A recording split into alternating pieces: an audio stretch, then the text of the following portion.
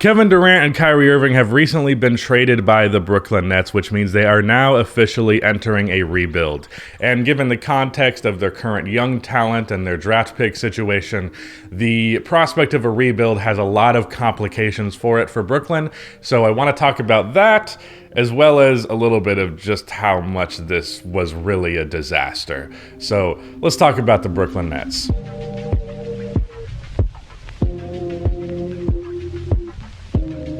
Real quick before we get into this video, did you know that the Super Bowl was coming up? It's kind of a big deal. In fact, it's going to be 2 days from the time this video goes up, which means that now is the perfect time for you to sign up for Prize Picks. Prize Picks is the best daily fantasy sports app out there. And honestly, the best thing to me is just how simple it is. You pick 2 to 5 players and you pick whether you think they were going to get more or less of Prize Picks' projected stat. It is you versus the projections rather than you versus other players. The platform is super easy to navigate. You can make entries in 60 seconds or less. It has all kinds of sports, including the NFL for the Super Bowl this weekend, as well as the MLB, NHL, esports, NASCAR, obviously the NBA.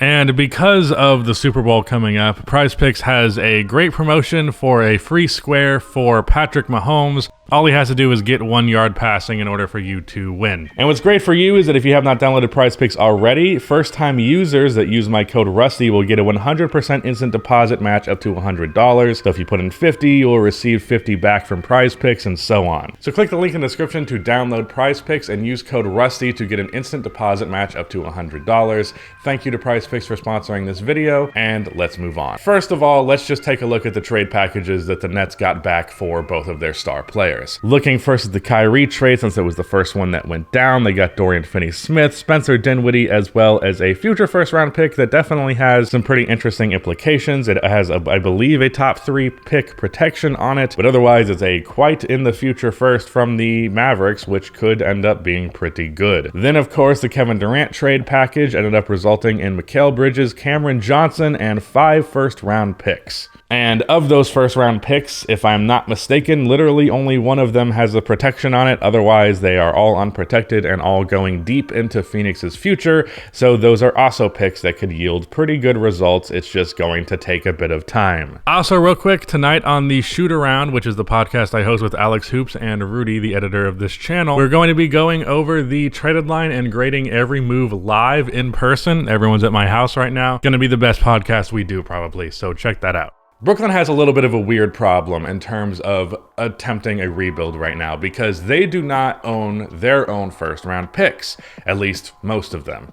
And given that, they don't really have a lot of incentive to tank. So the way that they are going to have to rebuild is by drafting super duper well late in the draft, because for the next couple of years, the Phoenix picks they have, the Sixers picks they have, the Dallas pick that they have, the only picks among that they're going to be able to use are going to be the ones over the next couple of years, which are going to be, those teams are all good right now, right? And probably should be going forward. And that Mavericks pick's not going to be there until 2027.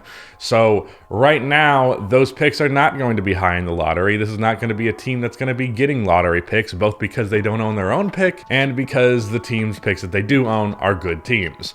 So because of that, you kind of have a tricky situation because with no incentive to tank, you kind of want to maybe be competitive just for the sake of keeping fans in the arena, but fans also want to feel some sense of direction and what this is building up to. And if you keep feeding them this nothing burger, they're going to have an issue with that. So you have to go in the direction of a rebuild, but also maintain competitive level basketball. You don't have to do that necessarily, but I doubt there's no reason not to, really, until Brooklyn has their own picks back. There's no incentive to tank, and that leads to a very interesting approach to a rebuild.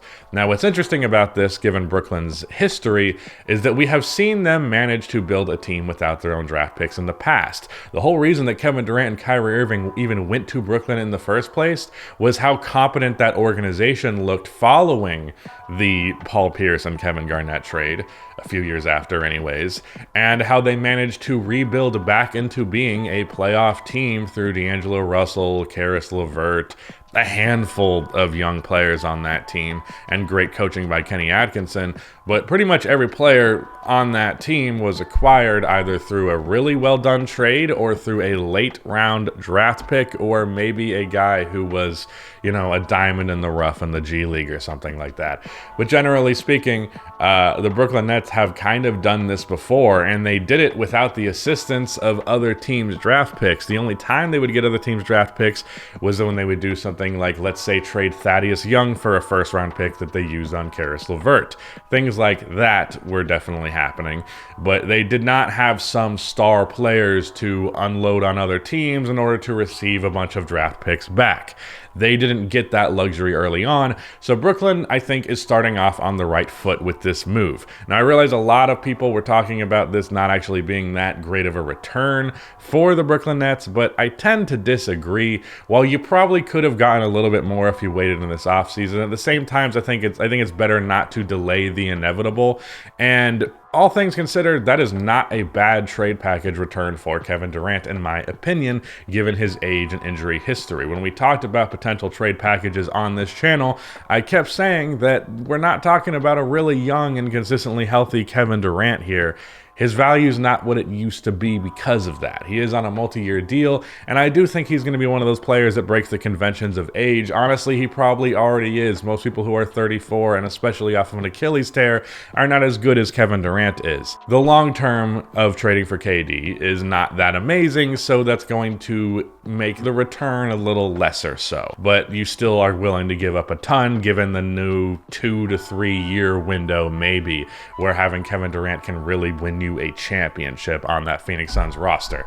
If you want to hear more thoughts as to what I feel about Phoenix's end of this thing, you can go check out the most recent video on this channel. But honestly, Mikal Bridges being 26, which is neither young nor old in the NBA, so he's not really a young asset to build around, but he's also not so old that it's guaranteed you have to get rid of him.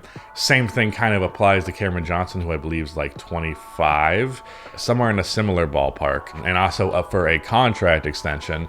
But if you end up trading those two as well later on, let's say those two yield you just overall, let's say 4 first-round picks, which I think is what their value would be. If you manage to do that, then I think you have done a pretty phenomenal job here, because that now means you got 9 first-round picks out of Kevin Durant, and that is a pretty sizable amount. I understand that first-round picks are only as valuable as how well you draft, so that's really what it's going to come down to. But at the very least, they have set themselves up for the potential of rebuilding a team fairly well. So it's really going to have to the Nets are going to have to display a serious level of competence here, as they did when recovering from their mistakes previous. And now they have to recover from their previous mistakes with the right foot forward. If anything, they are going into this with more of an advantage than they did in the past, but it's also a new front office as far as I am aware, or at least different. You know, it's no guarantee that the diamonds in the rough of the past end up flipping into being good players. Sometimes that's just luck, and you just managed to work out. So it's not necessarily going to work out exactly the same way that it did. And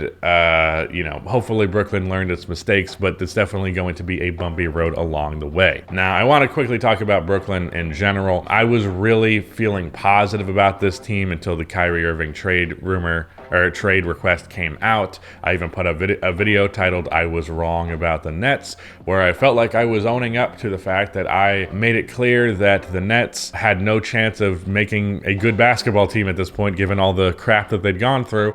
But then they did. Then somehow, all that crap that they'd gone through managed to bubble up again and be the exact reason why, even when they are good, the Brooklyn Nets can't be good. We can't allow this to happen. Something has to go wrong.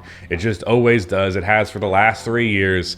And at this point, I got tired of it, and I'm just glad that it's over. And even if I was a Brooklyn Nets fan, I would be sad that what looked like was going to be a potential championship caliber team suddenly fell apart just because Kyrie was being petty about a contract extension. But also, you know, the Nets were being petty about a contract extension, although the whole situation there makes sense. I would be a little bit sad about that, but I'd also be happy to have a clean slate and not have to worry about this stuff anymore, because it was really annoying. And even if it yields lesser winning than it would have with those players, it will come with less of a headache. And that is worth something. So if I had to predict, I would say Brooklyn tries to be fairly competitive, trade their veteran players to get other draft picks where they can while still trying to remain competitive again. You know, see what Cam Johnson and Nick Claxton can do as as the team focuses more on them. Cam Johnson, I think, genuinely has star potential. It's just a matter of what his all-around game can be. I think there's no question he's someone who could score 20 points a game in the NBA, and that's a good place to be starting off with. But yeah, that's my guess. Sorry if you're a Brooklyn Nets fan, but also ultimately long-term, I think this will be a good thing for you. And shout out to Prize Picks for sponsoring this video, and shout out to Rudy for editing it. Goodbye.